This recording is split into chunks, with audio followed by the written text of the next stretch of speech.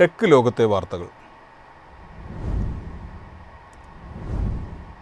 ഇന്ത്യയിൽ ആധിപത്യമുറപ്പിക്കാൻ ഒരുങ്ങി open AI. ഈ വർഷം അവസാനത്തോടെ ഇന്ത്യയിലെ ആദ്യത്തെ ഓഫീസ് ന്യൂഡൽഹിയിൽ തുറക്കും.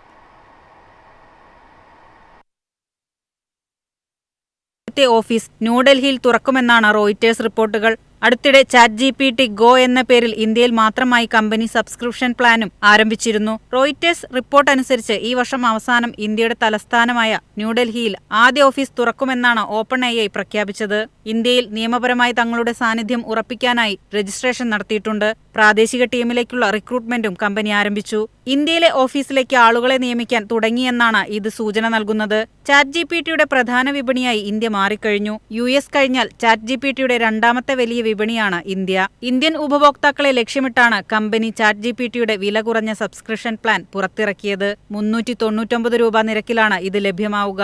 ഉപഭോക്താക്കൾക്കായി UPI പേയ്മെന്റിനുള്ള ക്രമീകരണങ്ങളും കമ്പനി ഒരുക്കിയിട്ടുണ്ട്. ഇന്ത്യയിൽ ആർട്ടിഫിഷ്യൽ ഇന്റലിജൻസ് വികസിപ്പിക്കുന്നതിനും തങ്ങളുടെ വാഗ്ദാനങ്ങൾ നിറവേറ്റുന്നതിനുമുള്ള ആദ്യപടിയായാണ് രാജ്യത്ത് ആദ്യത്തെ ഓഫീസ് തുറക്കുന്നതെന്ന് ChatGPT CEO സാം ആൾട്ട്മാൻ പറഞ്ഞു. ഇന്ത്യയിൽ ഗൂഗിളിന്റെ ജെമിനി AI സ്റ്റാർട്ടപ്പ് പെർപ്ലെക്സിറ്റി തുടങ്ങിയ കമ്പനികളിൽ നിന്ന് ഓപ്പൺ AI കടുത്ത മത്സരം നേരിടുന്നുണ്ട്. News desk MyFin TV. ജനപ്രിയ റീചാർജ് പ്ലാനുകൾ നിർത്തലാക്കി ജിയോയും എയർടെല്ലും ഉൾപ്പെടെയുള്ള കമ്പനികൾ. 28 ദിവസത്തെ വാലിഡിറ്റിയുടെ അടിസ്ഥാന പ്ലാനുകളാണ് നിർത്തലാക്കിയിരിക്കുന്നത്. മൊബൈൽ ഫോണുകളിൽ ഡാറ്റ ഉപയോഗത്തിന് ഉപഭോക്താക്കൾ ഇനി കൂടുതൽ പണം നൽകേണ്ടി വന്നേക്കാമെന്ന റിപ്പോർട്ട്. റിലയൻസ് ജിയോ, ഭാരതി എയർടെൽ, വോഡാഫോൺ ഐഡിയ എന്നീ കമ്പനികൾ തങ്ങളുടെ അടിസ്ഥാന പ്ലാനുകൾ പിൻവലിച്ചത് നിരക്ക് വർധനയ്ക്ക് വേണ്ടിയാണെന്നാണ് വിലയിരുത്തൽ. ഈ വർഷം അവസാനത്തോടെ 10 മുതൽ 12% വരെ നിരക്ക് വർധന ഉണ്ടായേക്കുമെന്നാണ് റിപ്പോർട്ടുകൾ. കഴിഞ്ഞ ദിവസം 249 രൂപയുടെ entry level prepaid plan Reliance Jio പിൻവലിച്ചിരുന്നു. റിലയൻസ് ജിയോയുടെ ഈ നീക്കത്തിന് പിന്നാലെ എതിരാളിയായ ഭാരതി എയർടെലും സമാനമായ വിലയുള്ള പ്ലാൻ നീക്കം ചെയ്തു. ഇന്ത്യയിലെ മൂന്നാമത്തെ വലിയ ടെലികോം ഓപ്പറേറ്ററായ വോഡാഫോൺ ഐഡിയ ഉടൻ തന്നെ ഇക്കാര്യത്തിൽ എതിരാളികളോടൊപ്പം ചേരുമെന്ന് ടെക് വിദഗ്ധർ പറയുന്നു. ഇതോടെ ഡാറ്റ ഉപയോഗിക്കാൻ ആഗ്രഹിക്കുന്ന ഉപഭോക്താക്കൾക്ക് പ്രതിദിനം 1.5 GB പ്ലാൻ ഉപയോഗിക്കേണ്ടി വരും. അതിന്റെ വിലയും കൂടുതലാണ്. ഉയർന്ന ഡാറ്റാ പാക്കുകൾ പണം കൊടുത്തു വാങ്ങാൻ ഉപയോക്താക്കളെ പ്രേരിപ്പിക്കുന്നതാണ് ഈ നീക്കം. ഒരു ഉപയോക്താവിൽ നിന്ന് ലഭിക്കുന്ന ശരാശരി വരുമാനം വർദ്ധിപ്പിക്കാനും കമ്പനികൾ ലക്ഷ്യമിടുന്നു. ഒറ്റയടിക്കല്ലാതെ അടിസ്ഥാന പ്ലാനുകൾ ഒഴിവാക്കിയും ഉപയോഗിക്കാവുന്ന ഡാറ്റാ പരിധി വെട്ടിക്കുറച്ചുമാണ് കമ്പനികൾ താരിഫ് വർധന നടപ്പിലാക്കുന്നത്. News desk MyFin TV.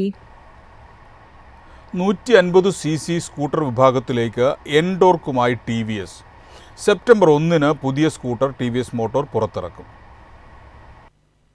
2018 പുറത്തിറങ്ങിയതു മുതൽ എൻടോർക്ക് 125cc വിഭാഗത്തിൽ ഒരു പ്രത്യേക സ്ഥാനം സ്വന്തമാക്കിയിട്ടുണ്ട്. സ്റ്റൈലിംഗും കണക്ടിവിറ്റിയും ഉള്ളതിനാൽ ഇത് ഏറെ ജനപ്രിയമാണ്. പുതിയ TVS എൻടോർക്ക് 150ന്റെ ടീസർ കമ്പനി പുറത്തിറക്കി. എൻടോർക്ക് 150 അതിന്റെ പരിചിതമായ ഡിസൈൻ ഭാഷയെ അടിസ്ഥാനമാക്കിയുള്ളതാണെന്നും എന്നാൽ കൂടുതൽ ഷാർപ്പായിട്ടുള്ള വരകളും കൂടുതൽ പ്രകടമായ മുൻവശത്തും ഇതുണ്ടെന്നും ടീസർ കാണിക്കുന്നു.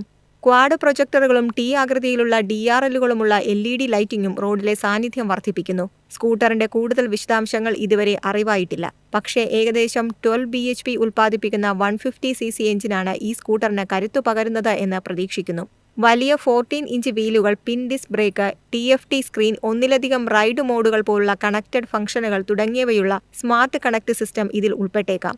മുമ്പൊരിക്കലും അനുഭവിച്ചിട്ടില്ലാത്തത്ര ആവേശം അനുഭവിക്കൂ എന്ന ടാഗ്ലൈനോടെയാണ് TVS ഈ സ്കൂട്ടർ അവതരിപ്പിക്കാൻ ഒരുങ്ങുന്നത്. ഔദ്യോഗിക ലോഞ്ചിന് തൊട്ടു പിന്നാലെ ഡെലിവറികൾ ആരംഭിക്കുമെന്ന് പ്രതീക്ഷിക്കുന്നു.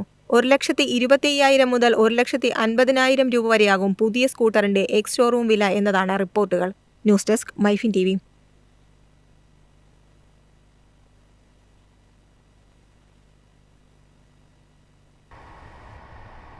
നാവികസേനയ്ക്ക് കരുത്തു പകരാൻ പുതിയ സാങ്കേതിക സംവിധാനം എത്തുന്നു.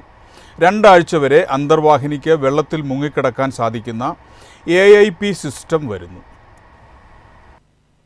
ഇന്ത്യൻ നാവികസേനയ്ക്ക് കൂടുതൽ കരുത്തു പകരാൻ INS ഖണ്ഡേരി അന്തർവാഹിനിയിലേക്ക് DRDOയുടെ AIP സംവിധാനം എത്തുന്നു. Defence and research development organisation തദ്ദേശീയമായി വികസിപ്പിച്ചെടുത്ത എയർ ഇൻഡിപെൻഡന്റ് പ്രൊപ്പൽഷൻ സാങ്കേതികവിദ്യ 2026 ജൂലൈയോടെ INS ഖണ്ഡേരിയിലേക്ക് ലഭിക്കുമെന്നാണ് റിപ്പോർട്ട്. പരമ്പരാഗത ഡീസൽ ഇലക്ട്രിക് അന്തർവാഹിനികളുടെ സമുദ്രാന്തര സ്ഥിരത വളരെയധികം വർദ്ധിപ്പിക്കുന്ന സാങ്കേതികവിദ്യയാണ് AIP സിസ്റ്റം. 2 ആഴ്ച അന്തർവാഹിനികൾക്കുള്ളിൽ തന്നെ മുങ്ങിക്കിടക്കാൻ AIP സംവിധാനം വഴി സാധിക്കും. കൽവാരി ക്ലാസിലെ രണ്ടാമത്തെ അന്തർവാഹിനിയാണ് INS ഖണ്ഡേരി. രാജ്യത്ത് നിർമ്മിച്ച 6 കൽവാരി ക്ലാസ് ഡീസൽ ഇലക്ട്രിക് അന്തർവാഹിനികളിൽ ആദ്യത്തേതായ INS കാൽവരിയിൽ AIP സിസ്റ്റം ഘടിപ്പിക്കാനാണ് ആദ്യം പദ്ധതിയിട്ടിരുന്നത്. എന്നാൽ INS കൽവാരിയിൽ ഇതിന്റെ സംയോജനം വൈകിയതോടെ INS ഖണ്ഡേരിയിൽ AIP സംവിധാനം സജ്ജീകരിക്കാനാണ് നാവികസേന ഇപ്പോൾ പദ്ധതിയിടുന്നതെന്നാണ് വിവരം.